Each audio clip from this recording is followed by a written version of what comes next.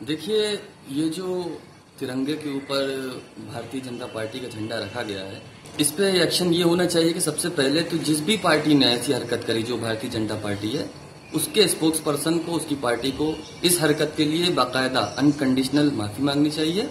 और अगर इस पर माफी नहीं मांगी जाती है तो पुलिस इस पर मुकदमा दर्ज करे और इस पर कार्रवाई करे। आप देखिए, इसके पीछे की जो मानसिकता है, जो सोच है, जो विचारधारा है, उसे समझने की बहुत ज्यादा जरूरत है।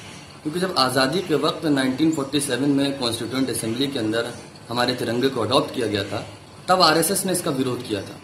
और जो इनकी मैगजीन ऑर्गेनाइजर निकलती है, उसमें एक पूरा आर्टिकल लिखा गया था, द मिस्ट्री बिहाइंड द भगवा ध्वज, जिसमें ये कहा गया था कि हिंदुओं को तिरंगा आप जबरदस्ती थमा तो देंगे, मगर उसे हिंदू कभी अपनाएगा नहीं, उसे कभी सम्मान नहीं देगा। उसी तरीके से आप देखिए, जो आरएसएस का हेडक्वार्टर है, उसमें 52 साल से तिरंगा नहीं लहराया गया। आप देखिए किस तरीके से इन्होंने लगातार हमेशा तिरंगे का विरोध किया। इन्होंने संविधान का भी हमेशा से विरोध किया, इन्होंने कभी संविधान को भी नहीं अपनाया। और यही वो लोग हैं जो लोगों को देशद्रोही का, देशभक्ति का सर्टिफिकेट बांटते रहते हैं। क्या यही वो देशभक्ति है कि तिरंगे के ऊपर पार्टी का झंडा रख दिया गया?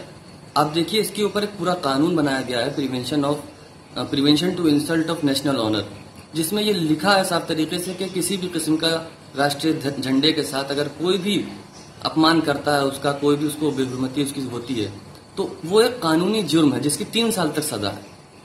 और यकीनन ये जो हरकत हुई है, आप देखिए किस देश का झंडा सबसे ऊपर होता है और उसके ऊपर कोई भी अपना अगर झंडा रखता है, चाहे पार्टी का झंडा हो या कैसा भी कोई झंडा हो, यकीनन उसकी बेहुरमती और ये एक जुर्म है।